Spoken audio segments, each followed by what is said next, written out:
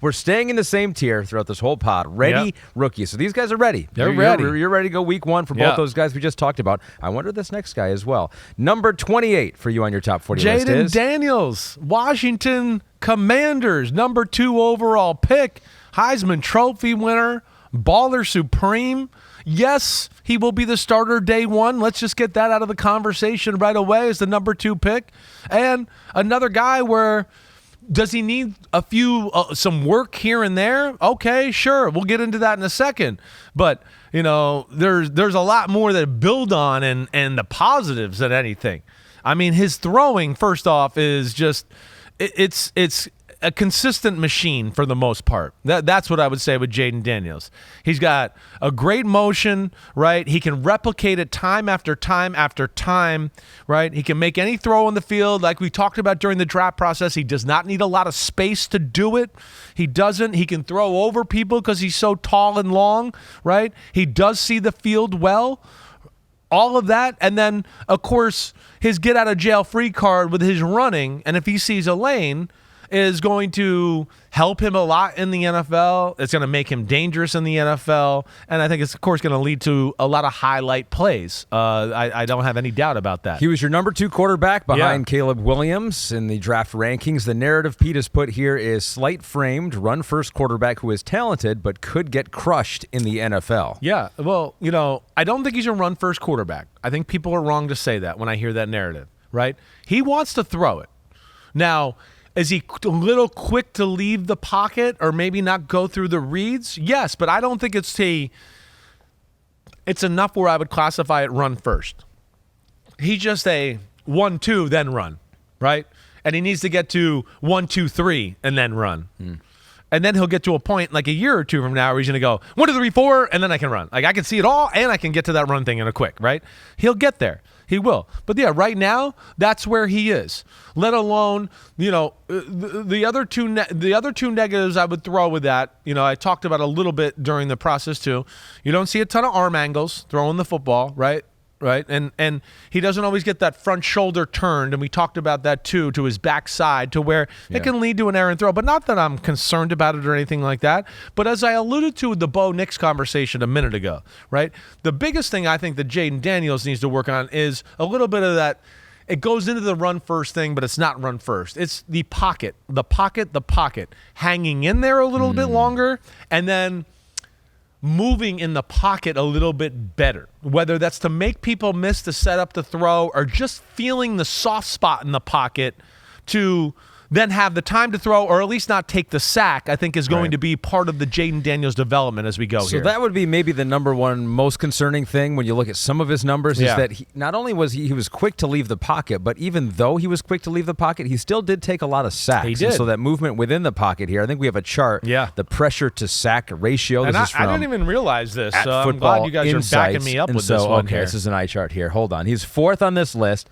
This is pressure to sack. So how many times you're pressured, and then how many times do you get sacked? And that self-pressure, that's interesting too, because that must mean that you kind of created the pressure or you didn't get rid of it. Yeah. Is that what that means? Yeah, I think that's probably what that means. Or he moved into the pressure itself, right? Yeah. Which I saw at times where we've hit on this on other quarterbacks in years past where, just like you hear me say it all the time, like, hey, just stay there. Nobody's there. Why are you floating this way? There's a big, scary defensive end there that's going to knock your head off, right? So those are the things that he certainly needs to work on. So I'll say this. But look at some of these guys on here. So here you go. So in the NFL, right? Sam Howell. Yep. In college, he had trouble avoiding the sack when pressured. In the NFL, also had trouble.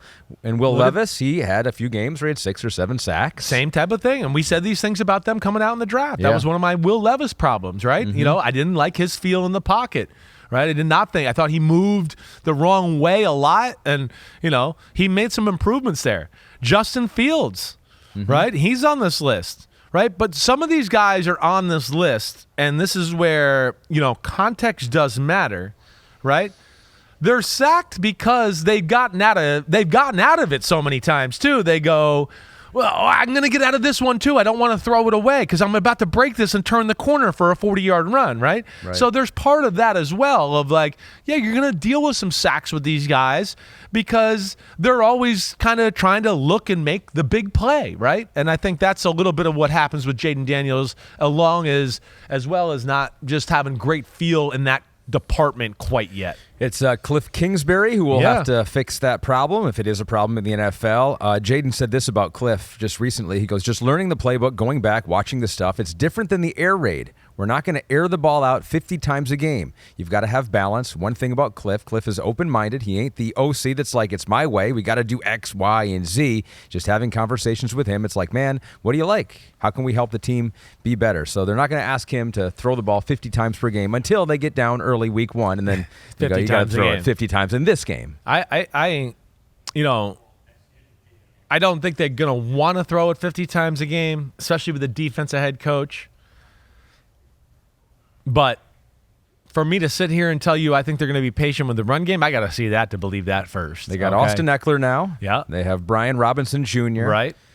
They have an offensive line that probably will have difficulties at times. It's a work in progress, right? You know, Cliff Kingsbury's never been famous for his run game. That's for sure. Right? I like Robinson. You know that. He's a bell cow. He's a killer. Got those big hats too, right, which is cool. Right. And then Eckler's going to be good in the pass game off of that, and you know, some of the spread game. But am I safe in saying that you're still skeptical about Cliff and him crafting an offense that might be conducive? Yeah, well, or at least has answers and curveballs as the year goes on. I like his base offense. Right? I don't have problems with that. I kind of hit this with my dad on Monday a little bit. It's like the problem with Cliff is just like we got to like week 10 every year, and I was like, they need what else is there? Everybody's kind of on to what they're doing. So what's the next move? What are you going to do? What's the curveball? What's the change up here? That's the thing that I look for Cliff Kingsbury. But in this case too, right, where, you know, like you heard me say, I don't know if he's going to be quite as good at some of the quarterbacky stuff maybe that a Bo Nix or a J.J. McCarthy are right now, but it's not that far behind. And I think him being in the shotgun, spreading the field, and him kind of living that life is actually going to be good for him. I think that's what he's made for. One, I think it's going to open up the field to let him run if he's got to run, right?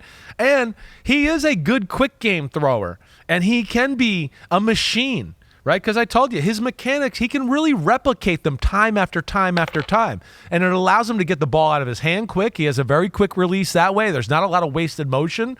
And he's pretty damn consistent with the short to intermediate passing game, put it in the right spot. I could kind of see them living that way. Almost like you talked about with Oregon, where it's like, hey, we're not smash mouth running football team. That's not who we are. So we were going to throw a lot of short game, quick game, quarterback design, run, right? All that type of stuff. That'll kind of make up for the run game, the lack of a run game. And I think they go that way. That's at least what I would expect to see. And it's similar to what he did in college.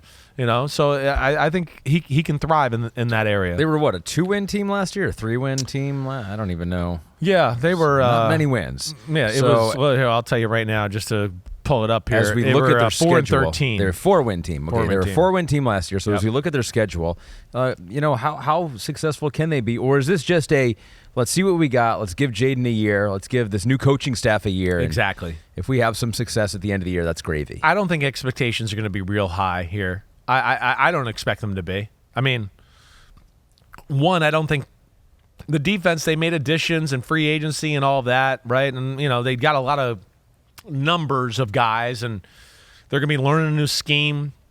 But I still don't look at the defensive side of the ball and just go, oh, look at that talent. They're about to be dominant here. I mean, could this be a Bryce Young, things are really bad, and now we're worried about our rookie quarterback after a rough rookie season? No, it's not. It's not. He's not going to be Bryce Young, right? Well, the thing is, too, the kid's got size. I didn't allude to that, right? The skinniness of all that. There's more to him than people realize. When you meet him in person, you're going to go, oh, wow, he's got a little more muscle and structure to him than I thought. And that's only going to increase, right?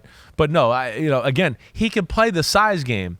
Yeah, when he takes a hit, he's skinny and whatever, to a degree. But it's not like it was with Bryce Young. I mean, Bryce Young, sometimes you were like, was that real or is that a cartoon? I mean, I got to rewind that and watch that again. I've never seen a quarterback fly through the air like that, right? You don't quite see that here with Jayden Daniels. I like a lot about Jayden Daniels. I think this is a good spot for him. I think, again, it's another spot, no doubt, starting week 1. And no doubt the expectation should not be high there for their football team. They have a tough early schedule. It's going to be ugly in some weeks. It is. It's going to be rough. That's who they are this year. But it's all about just laying the framework for the future because, hey, at Bucks, we know. Giants at home, okay, maybe they can steal one there. We don't know what the hell the Giants are. But damn, at Bengals, we know that's going to be brutal. I think the Cardinals are an up-and-comer. And then you get the Browns and the Ravens after that. Holy shit, you better get ready for some football there. Yeah. So they're going to be some tough stretches. There's no doubt about that. But I think the running he has is going to make up for some of the other deficiencies we talked about. And again, his deficiencies I don't think are that deficient. I think he's a pretty damn good player. That running works week 1. He's ready. He's exactly NFL right. ready with that. That first lane that opens up. Yeah. And we're going to go, oh my gosh, he's gone.